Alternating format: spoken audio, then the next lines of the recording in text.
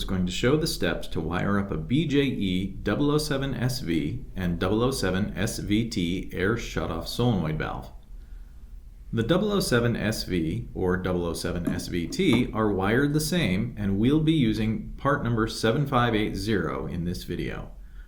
Although it won't be shown in this video, the valve should be properly mounted to the wall and plumbed to the air supply before connecting the wires. The 007 SV needs two things to allow airflow: a dedicated 12-volt DC power supply and a signal from the 007 alarm box. First, two wires will be needed to connect the 007 alarm box to the solenoid valve.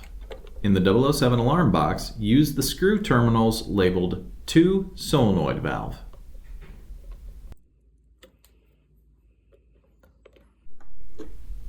Connect those wires to the terminals labeled from 007 on the solenoid valve circuit board.